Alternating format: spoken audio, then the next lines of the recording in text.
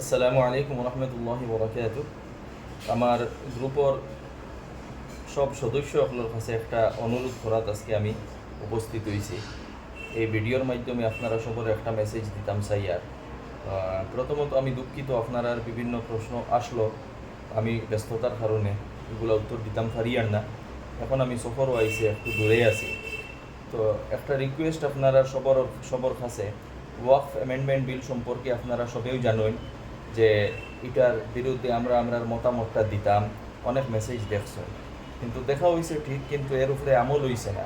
তো আমি আমার গ্রুপের যতজন সদস্য আসইনি কেন, অনুমানিক 1000 সদস্যই কেন আসো, আমি সবারে অনুরোধ করব যে সময় একবারে কম রয়েছে, মাত্র 3 দিন সময় রয়েছে।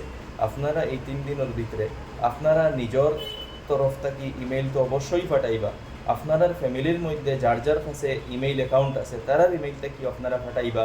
এবং শুধু অতটুকু নয়, আপনারা যে মহল্লারটা হয়, এই মহল্লার অন্তত আশপাশ যে বাড়ি আছে, পুরা এই 1-2 দিন কষ্ট করি আটিয়া অন্যান্য 2 সাইড করো গিয়া, প্রত্যেকে যদি 2 সাইড করো গিয়া একটু মেহনত করিয়া যারার ইমেইল পাঠানি হয়েছে না তারার তরফ থেকে ইমেইল পাঠাই দেয়, তাহলে বড় একটা সংখ্যায় আমরার তরফ থেকেও ইমেইল যাইব।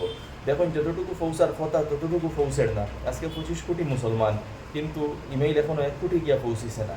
এটা দুঃখের বিষয়।